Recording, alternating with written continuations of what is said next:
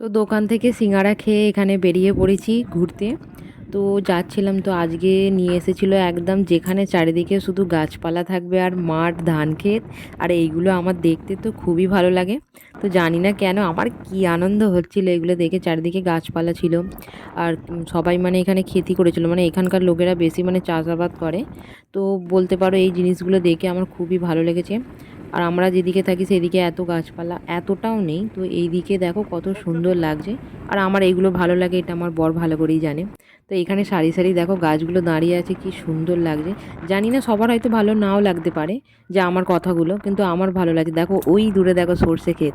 তো আমার খুব ইচ্ছা ছিল যে সর্ষে ক্ষেতের মাঝখানে গিয়ে ফটো তোলা ভিডিও করা, কিন্তু সেটা আমার পসিবল হয়নি। কারণ এখানে শ্বশুরবাড়ির এখানে কোথায় সর্ষে ফুলের ক্ষেত আছে আমি জানি না। তো বর আমাকে এখনও নিয়ে যায়নি।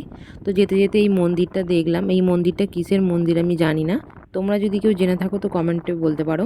তো এইখানে মন্দিরটা দেখে এখানে সামনের দিকে এগোচ্ছিলাম, তো বর আমাকে এখানে বলছিল তো দেখো সর্ষে ফুলের ক্ষেত আছে। তো এখানে আমরা দুজনে একটু দাঁড়িয়ে পড়েছিলাম, অনেকক্ষণ ধরে গাড়ি চালাচ্ছিল। তো এই দেখো সর্ষে ফুলের ক্ষেত, আমার তো জাস্ট দারুণ লাগছিল, এত ভালো লাগছিল যে কি বলবো তোমাদের।